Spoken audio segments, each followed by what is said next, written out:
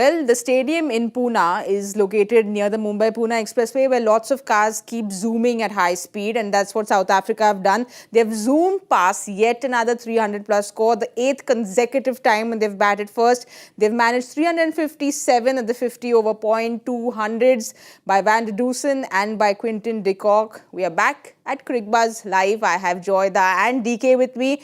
DK, clearly Ponting got it wrong, which is why our predictions were completely wrong. But he said it's going to be two-pace and it's going to be tough to bat on, but it clearly didn't look like that. Yes, I think Ponting got it wrong, but you got your start right. I see zooming fast and all that. You've done it many a time across that stadium, I'm sure, in that highway, driving from Nasik. But yes, they were pretty much in fourth gear, no, probably second gear to start, then slowly went to fourth, and boy, they, as expected, finished in the sixth gear.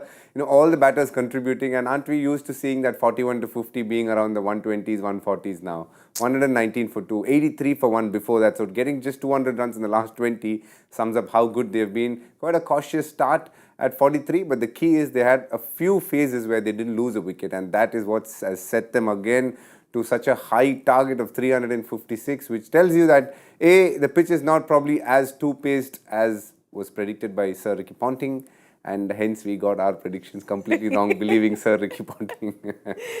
But Joyda, this has been their business pattern, that we come out and we start slowly, we are a little cautious, and then South Africa goes, I think, from second gear straight into 8th gear, if we can add True, something. but I feel today's start was particularly cautious. I thought Trent Bolt bowled really well to the start. And I think that 43 is not normally them. They are normally 55, 60, somewhere there. They were 15, 20 runs short from where they were. I thought that the real crucial phase in the match, because now you have no doubt that once they reach 30 and they have wickets in hand, they were going to smash anyone. They've averaged 125 to 130 runs. The big thing was that 5.1 and 6.10 in between 10 to 20 and 20 to 30, because those phases, without losing wickets, they managed to score at a decent enough run. So the base they gave was again solid. And I thought, again, what I really liked was the fact that a lot of these batsmen, Quinton de Kock included, didn't look in form to start with. He wasn't looking like the player he is normally, imperiously hitting everything. He was playing within himself. Bavuma was doing the attacking. And then finally, the fact that he managed to weather out that period and then dominate the bowling tells you it's not just good cricket, it's very intelligent cricket as well. DK, I remember when we were doing, I think it was a Netherlands game, you spoke about how Netherlands has a lot of plans and chits and they have everything planned before they come onto a field. New Zealand's known to do that as well. But clearly South Africa is doing something where they come out every time they come to bat first. They have some sort of model that they're following which is very meticulously planned. So is there something that's going behind their planning where they say we will do this, keep wickets in hand, and they're kind of executing it very well? I don't think they have a plan that they'll sit down before a game in a batter's meeting and say, okay, this is how we are going to approach it, because nobody can predict how a pitch will play, what the conditions are on a given day. But what they can do is let's try and keep a lot of wickets in hand, which is a very cliched thing to say, but they're able to execute that. What they have done really well is accelerate in the last 20, especially the last 10, and that has been the hallmark of their batting so far in this World Cup. In fact, in the last few months, if I may say so, it started with them losing the first 2 games against Australia in a bilateral, and since then they've been pretty much unstoppable. And you can see the batters going around playing franchisee cricket and enhancing their games is really showing on their cricket as well. We have the likes of Markram, Henry Klaasen, Quinton de Kock, Van der Dussen, going around the world playing, Marco Jansen for that matter, going around the world and being very successful playing franchisee cricket. And when they come back to South Africa, they are now different players to what they would have been probably if they didn't play as much cricket. And just the quality of shots they play and understanding situations, understanding pressure. And I think that's an area of their cricket where they've really grown, and it is there for us to see. And the consistency with which they are able to do it, it's one thing to be able to score 300, but to constantly score 350, 360, at times 400, requires a lot of skill with the bat, irrespective of the conditions. And they've been able to do it day after day, day after day, almost every time they bat first. So they're quite the team when they bat first. Joyda, we saw that batting card, but we can start with Quinton de Kock because he's just giving the start to the team, and that kind of eases off the pressure for the middle order. You spoke about how this pitch is not as easy as it looks, and South Africa made it look much easier than what the pitch probably was. Quinton de Kock wasn't he didn't start off in the fashion he usually starts off with. Paced his innings very well. We saw a different kind of innings from him today. Absolutely. And they had one advantage because, I mean, if you look at it that way, they had 5.3 overs to cover up because Henry went off the field, which probably made a 20, 25, 30 run difference. But that innings is a remarkably different innings from your normal Quinton de Kock because he was batting at a strike rate of about 65 to 70, right up to the 15th over. When we went to the com box at that point in time, he's still playing well within himself. The risks, whatever few risks were being taken by Rassi Van Dusen. And then towards the end, once he got settled, once the total went past the 100, 120, then he started exerting a serious amount of pressure. And I think that's maturity again, because every day the ball doesn't fly off your bat that well, or the bowlers are bowling well, and you have to give a face to them and say, okay, give them the respect and say, I'm not going to take stupid shots now. If I hold on now, it will come. I will get my opportunity. And I think he did that very, very well. And again, if you look at that entire innings, 15 sixes, there is not a match in which they're batting first in which they haven't hit at least 15 sixes. And that tells you, how well this team is batting. And the more sixes you hit, it tells you one thing. The ability to hit sixes means the ability to be able to accelerate faster, because then those are shots that no matter, you can't set a field for the kind of sixes, say, as David Miller hits. And that makes a huge difference also. But DK, just a little bit on Quinton de Kock, he's had the tournament of his life. It almost feels like I'm repeating myself every time there's a South Africa game. I feel like I'm saying the same thing because he comes in and he's just consistently gets a 50, gets a 100, gets a 50, gets a 100. The fourth time he's done it. In the mid-show, we said, or rather the pre-game show, we said that there are two players that are very critical. DK, you and said one is Quinton. He'll give you the credit entirely. He's a very key player, Sammy, and I say that only because the tempo with which he bats. It was an anomaly today what he did, and Joyda is absolutely right. When he batted at the start, it was actually his partners which were enforcing the play at that stage, be it Bauma or Rassi Van der Dussen. But what was beautiful about him was understanding that probably the start didn't belong to him, but finding a way to stay through that. Quinton de Kock a few years ago would have probably ended up playing one shot too many at a different stage and lost his wicket. But today he's able to weather the storm at that stage. But when he gets to a point when he feels that, I think I can go now, he plays some lovely shots. And you can see the man has really upped his batting skills. Coming into the World Cup, he had never had a good World Cup. And getting 400s on, in 7 matches shows you the skill he's got, shows you the talent. It's just a sad feeling to know that he'll be retiring at the end of this World Cup because he's one of the best players to have played. I remember making this piece on many players who will be done after this World Cup, and when it came to Quinton, I said that if you do look at the stats, it might not be flattering when you compare it to other batsmen, but you look at other batsmen keepers, he has better stats than Adam Gilchrist. So it tells you how good a player he's been, and we're talking some of the greats of the game, and that's how much impact he has had, and that's what I really like about Quinton, the impact he's had when he's done well for South Africa. The expectations have always been high because they've earmarked him as one of the most talented going around. I also said this story where in an under-19 game, he batted blindfolded, one eye because he thought the standard was just not good enough to play worth playing with 2 eyes. So that's the kind of guy he is. But, just to see him do his thing yet again, he's been a terrific player in IPL and other franchises. And for him to come out there and play the way he's done shows the skills that we're always aware of, but also shows the mental side of things which he's really worked on and improved. Well, DK, we needed both eyes to watch and see what Van der Dussen's done because he was incredible. That partnership, 200-run partnership between the both of them. So yes, they lost Bhuma, who was looking very good, Joyda. We spoke about him. But then both Van der Dussen and Quinton de Kock really steadied the ship. And again, his second 100 for the World Cup. 133 of that 118. So he also very sensibly played this innings. Sensibly, but he was the aggressor. In that partnership, if you see the Van der Dussen partnership with Quinton de Kock, he was the aggressor. He went up front and he was not scared to go over the top, right up front. And if you see that innings of his is just class innings. Very different domination from Van der Dussen up front. Quinton de Kock really started hitting towards the latter end. So that also complements itself beautifully because, when one batsman starts it, then the other batsman sets himself, starts going. That's a big daddy. 200-run partnerships are also important. In fact, if you're looking around the other teams, who are the teams who are struggling? The Bangladeshis, they're struggling because of lack of partnerships. And the one thing South Africa has consistently done is pile big partnerships together. And then towards the end, they've made these big partnerships and therefore they've allowed their batsmen in the end to be able to take risks. And we'll have a look at the batting card because that's what David Miller did again, is that they piled on this big partnership and then David Miller came and did what David Miller does in a glorious fashion, 53 of 30 balls, DK. So he's almost there itching to get in because it's set. The stage is all set for him and then he comes and does what he does. That's one of the most interesting batting cards that you can get to see. And I say that because everybody has contributed in a batting card. And I include Temba Bauman, that he's probably the lowest scoring one in that, 24. But he played a very important role in easing the pressure on Quinton de Kock. That was probably a valuable part of that partnership. And then you walk down to David Miller. Him being sent in the 40th over shows the amount of confidence they have in spite of Markram and Klaasen being there, who are in form, who would probably do as well as him, but backing David Miller and saying, this is the role I've kept for you. So you go out there and do your thing. And he's again answered them and justified why they sent him on top. Aiden Markram having the one ball, hitting that six, getting into a position to do that. Even Henrik Klaasen, 7 balls, 15. So everyone has contributed, and that doesn't happen too often in ODI cricket. So that is quite the scorecard that they would be proud of.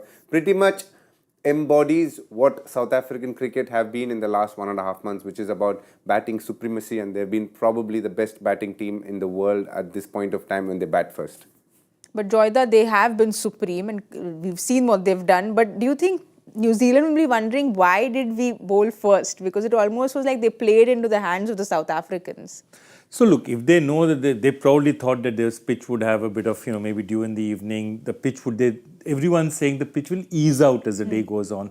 If the pitch eases out, it's going to be easier for them to play. And look at them. They chased almost, 380, 390? They almost got there. They were a ball away from getting a ridiculously high total against a team of the quality of Australia.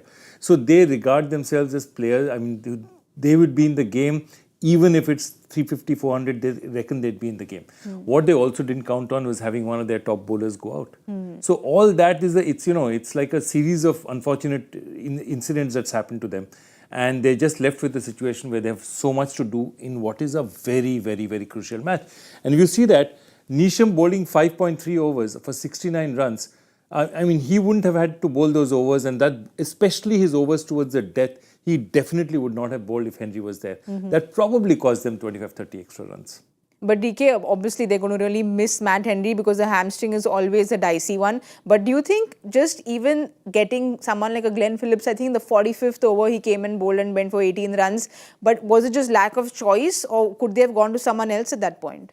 Joe, you wanted to say something? No, absolutely no. No, I just felt that, Glenn Phillips bowling that last over, which you're talking about, is a field thing for a captain. Tom Latham, in his short time as a World Cup captain, has constantly used Glenn Phillips as a partnership breaker. It's worked for him. So you always have this good feeling about a certain bowler. And I think that Glenn Phillips is that bowler for him. And hence believe that he'd probably pick a wicket. David Miller just walked into the crease and, hitting big shots could have been difficult, but David Miller doing things that we are all aware of, and which is hitting boundaries at ease, and, the word that he uses, and I quite like that word, imperious shots, just standing there and, making sure it sails a long way. But what I feel is, yes, Matt Henry would have been best, but you have to look at Matt Henry's skills, and it is well suited for the new ball. I think at the back end, even he is not as devastating as what he can be with the new ball. So it is a big miss, but I think they'll miss Matt Henry, the player, more, who can bowl that first few overs and pick them wickets. He started really well in this World Cup, but slowly his form has tapered out a little bit. It was the first game for Tim Southee coming back after some time, and he bowled some tough overs there. But overall, it was a decent bowling effort with Trent Boult definitely being their best bowler, not only in terms of statistics, but also in how well he bowled, how well the ball came out of his hand. But other than that, Mitchell Santner, who's been their main wicket taker, not picking up one today. So, things like this which definitely didn't go their way. In having said all of this, I also feel more than New Zealand's bowling lacking, venom, it was South Africa's batting, which was quite incredible to say the least. But Joyda, I remember the epic India-Australia series where by the last test, it was almost looking like can India get 11 players into the team because there was just so many injuries that we were riddled with. It almost feels like New Zealand's suffering the same thing now. Hopefully, Matt Henry comes back all right. But just that list of those injuries, injured players is just going on and on. Yeah, this is not looking good for them at all, and it's not. And again, in some ways, it's really telling on their chances because Matt Henry going out means that they will have to play Saudi. They will not have too many choices. That means even on pitches that suit the conditions, fast bowling a little bit, they will not have those players. Hopefully Chapman will be okay, but DK, according to you, Lockie would be very, very, anything to do with the hamstring means probably out for a while? It depends on how the grade of strain, grade 1, grade 2. If it is grade 2, by this tournament is over. But if it is grade 1 and it's something that is smaller in nature, then it will take a week generally. Hamstring is not the easiest because the moment you start, when you walk, you use your hamstring. When you run, you use your hamstring. So at any activity, you end up using a hamstring. So it is one of those that take a little longer than a little longer than the other muscles. But the good part is it's also a big muscle. It's just under the thigh, and it is probably one of the bigger muscle groups. So you always tend to recover faster than a lot of smaller muscles. Like if you get Achilles, that will take a lot longer. So Lockie Ferguson looks like he's out for some time. I don't know what his injury is. It's Achilles. They say it's an Achilles. So Achilles is basically a weight-bearing area as well. So generally it takes a lot more time because the moment you put your feet down, the first part of the body that's in play is the Achilles tendon. So it always takes a lot more time than a hamstring. Hamstring, as I said, depends on the grade. But because for a fast bowler he has to run and sprint, it is not an easy muscle that you can get up and running and ready in action so soon. It could be that he would miss a game probably with the way he walked off.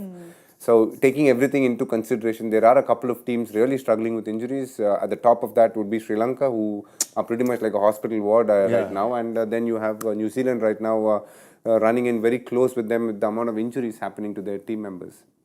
But, Joyda, again, just with what India did, when there's so many things that go against you, you just kind of find a strength from somewhere. And we know New Zealand are fighters. We know what they've done in their last match against Australia. They got that chase 383. They managed very close to a big target that they were chasing down. So they'll probably be thinking about that in this break right now. No, absolutely. I think they have to reckon, and remember, they need to win. For them to qualify for sure, they need to win one big match. They've beaten England, who's regarded as, somebody they should have, it was a tough match. But after that, they haven't had that many tough matches till they came against India. So I think it's important for them to win this match. And it's really, they'll say that if we can win this one, then we have an opportunity. Because then what happens is they go to 10, then they have a match against Sri Lanka in the end, even if they don't do very well in their penultimate match. So they would reckon that this will really take them to a certain position of safety. Joining that 10 club is very important for them.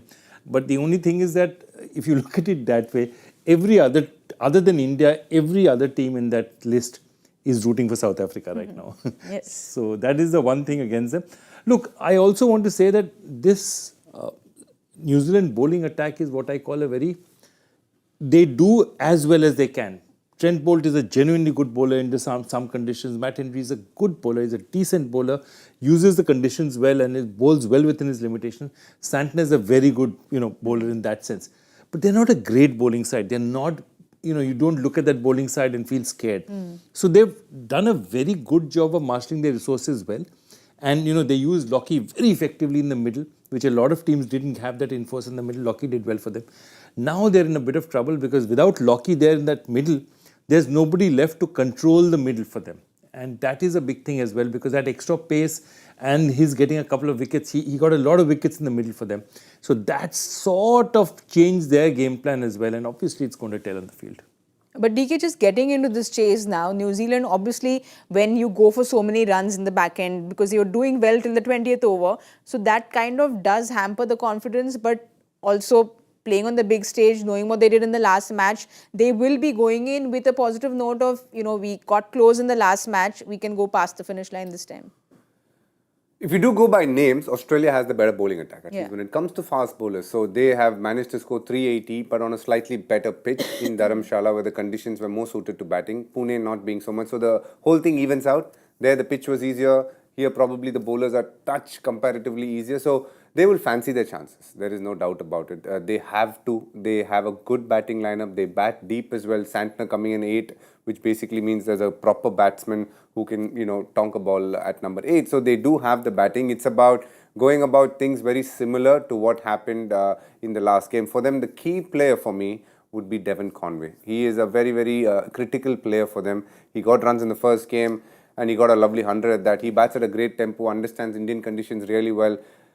If he gets going, things should ease out a lot more because the likes of Rachin and Will Young and Daryl Mitchell are amongst the runs. The one player who definitely needs to fire for them will be Glenn Phillips. He has been quiet along with Latham, but I expect a lot from Glenn Phillips because he has a very uncanny knack of putting away good balls for boundaries. So it'll be important that he has a role to play at the back end. But for me, again, I'll start with Devon Conway. I think he's one of those who, when he bats, more often than not takes New Zealand home. You know, DK, you spoke about Devon Conway. I really like Devon Conway, the player, because he's a traditional, old school, plays the traditional shots. He gets off to great stats, Joyda. He's not been able to convert them. He obviously got that one big 100 against England, but since then, he's not really been able to get those big scores. It's the same pattern he had during the T20 World Cup, I think, where he used to start off well but not converted into the big scores. So like DK is saying, Quinton de Kock's been doing it for South Africa. You need someone to set it up for your batters, and I think a lot is going to be on Conway's absolutely. shoulder. And I think that's what he'll say, that the 32s, 45s, 20s, 28s, because none of these, when you look at this for a middle order batsman, you look at these and you say that it's possible he's under time pressure, you know, he's had to go for it. In a situation like this, he's opening, he's controlling the game. So he'll tell himself that, you know, for me to get to a 45 and then not make a big daddy one or a 32, that means I'm set and I've given my wicket away. And I think that those are things that he'll be looking at and saying that if I get a start, and he's got at least 3 to 4 starts other than that century, I'm not going to give it away. And he's very important to them. And see, that's the point, that if they can control the front well, you know, they're going to be just one spinner, you know, Keshav Maharaj. So the point of it is that spinner, they have enough players to play well against. It's how they play fast bowling that's going to determine this match. And it's really, really going to depend upon how they play that somebody like a Jansen, because a little bit of extra bounce. I'll be very interested in seeing how they use Rabada. Do they continue to bowl him as a third bowler? And also, is he happy bowling as a third bowler? Because that's, I mean, for whatever it is, he's one of the great bowlers of the world. And for him to get a ball, you know, after it's 3-4 overs old, I'm wondering how he's liking it. But DK, you know, South Africa has been very good in their power play as well. We spoke about Rabada coming in as the first change, but Coetzee is someone who's been extremely impressive. He's come in, he had big shoes to fill into, and he's done a very good job, because Eric Simmons has praised him to the sky and said that this young boy has a lot of talent and he's a very intelligent bowler and contributes a lot in bowling meetings. So your take on how Coetzee has performed this I think among the fast bowlers in this World Cup, he's been one of the best in the middle overs. And he's a wicket taker. He will go for runs, there is no doubt, because he has that kind of bounce which will go for runs. And he's not the most accurate bowler, but he's a wicket taker as well. And you can see between 11 to 40, he's got 10 wickets. And that is a very critical phase for teams to pick up wickets. Why today New Zealand was struggling is they didn't pick wickets in that 11 to 40. And that's it's a very telling stat that they don't use him much in the power play. It's just the 2 overs that he's bowled, but he's bowled 30 of his 38 overs in the middle overs, and he's picked up 10 wickets. So again, he's somebody they look to for wickets, and these conditions will be good for him because he gets bounce. Pune is a ground where you can, get wickets with the semi-new ball when you bowl in that phase. Rabada again, very, very critical for them. And as I keep saying, South Africa's strength is to pick wickets when batters go after them. So that is a big challenge for New Zealand as well. Exactly. I mean, you don't need to particularly bowl wicket-taking balls. Rather, you know that with that huge total over their heads, you have to take risks. So you're going to step out, you're going to leave your stumps, you're going to do something. You'll have to do something because they'll tie you down. And that's exactly how they get their wickets. And I mean, he's been very successful out there. And it's a lot of his wickets have been scoring pressure. Basically, South Africa's got a 400 or a 350, and you're chasing, and you know that I have to hit somebody, I have to go after somebody. You know, Joyda, we were talking about how they have this business model when they come out to bat in their power play. They are a little cautious, but they also kind of have a model when they bowl in their power play. They've just been completely like every power play they've done so well. We have the numbers here. So New Zealand is up against a bowling attack which does very well in the power play. You know, this is one of the few bowling attacks which can use slower balls very effectively up front. If you have a close look at Ngidi, he is someone who enjoys bowling slow ones even with the new ball.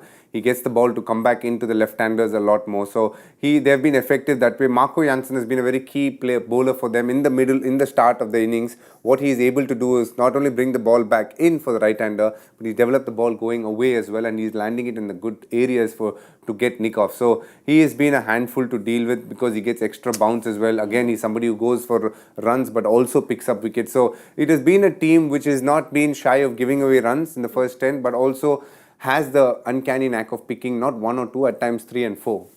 But Joyda, this is something that Eric Simmons has spoken about, how what you just said, DK, is that they're known to get those cutters in, the slower balls in. That's something Koitze's also worked on, Jansen's also worked on. So clearly they know they're playing conditions in India where they have to adapt in a certain way, because Koitze is someone who likes to bowl quick, or a Jansen, but they're adapting in a very good way when they play in Indian conditions. Yeah, in fact, I think you were there when Eric Simmons was in Delhi, right? Yes. So Eric Simmons is in Delhi since 2010, okay, and he's been there for a long, long time. In fact, Umesh Yadav, a lot of Umesh Yadav's early development, Eric Simmons was the man who really touted him and put him out. So let me tell you one thing. Eric Simmons, after that, has worked with Chennai, with many. He understands Indian conditions very well. So if he's coming with guys and bringing them to India, he'll tell them, if you don't have that slow off cutter, you don't have the slow bouncer, you don't have, ball's going to stop at some point in time, the pitch is going to get slower. You've got to bowl into the pitch and, give them, make them do the hitting. So all the South African bowlers have practiced that. They're all of them, and they would have been told that if you're coming to Indian conditions and you don't know how to bowl like this, you're not going to win a World Cup. So I think I like their approach, because what I can also tell you is that this team is prepared for this ODI World Cup. They're prepared in a particular way, and they're bowling, even if you see this bowling plans, bowling Rabada first change is not something that is thought that comes overnight. You can't suddenly turn around and say that one of the best bowlers in the world, I'm going to bowl him first change. So all this has been thought through. It looks even better because it's doing well. But their policy is just that even if they give away 100, they gave 94 against Sri Lanka. They had 426 on the board though. But even if they give away those runs, they took those 2 wickets. And that's important for them, because they know that once the wicket pressure will come, sooner or later the teams will not have that big kick in the end. And that's what they've done so well. So DK, evenly poised, or you think it's tilting towards South Africa? Oh, tilting towards South Africa for sure. It's what is the percentage that you'll go with? I'd go 65% South Africa right now. Joyda, for you? I'd even go slightly further. I'd go 70% South Africa. I think it'll require somebody to hit a serious, somebody to play well above their abilities to be able to make a match of Well, this. there are going to be a whole lot of happy Pakistani fans listening to what you all both have just said. But we will do our guessing game because of Sir Ricky Ponting. We failed miserably. How far is Nasik from Pune? I want to know. How far is Nasik from Pune? It's far. It's not. It's What is far? Like 280 kilometers. Okay. So it's far away. Okay, but I was just trusting the experience of Ponting, and that's the prediction. So like I said, I'll blame it on the greats. Now you go first, Joyda, because you were the closest, right? Closest. It's nice to be when you're 47 runs off to be the closest. Okay, I'm going to go because they'll have to go for it. I'm going to go for 71, because 71 is a very good year for India in cricket. 65. It's also a good year for India. Now stuck only. So 65, 71. I'll go even higher. I'll use the GK route and say 79. Go higher than you all. Is that the speed you travel at on the highway? All right. So 79 it is for me, 71 for Joyda, and 65 for DK. Hopefully, like I said, we are team players. Hopefully, at least the mid-match show we'll get, in the post-match show, we'll get these predictions right. We'll wait and watch. But why don't you all write in your predictions and tell us? Because it's always nice to have someone to win. Now, I'm spreading the team to even our Twitter family. Clearly, we're not doing very well. So, you all write in and tell us your predictions as well. And we'll see you at the 15th over point at the Cricbuzz com box.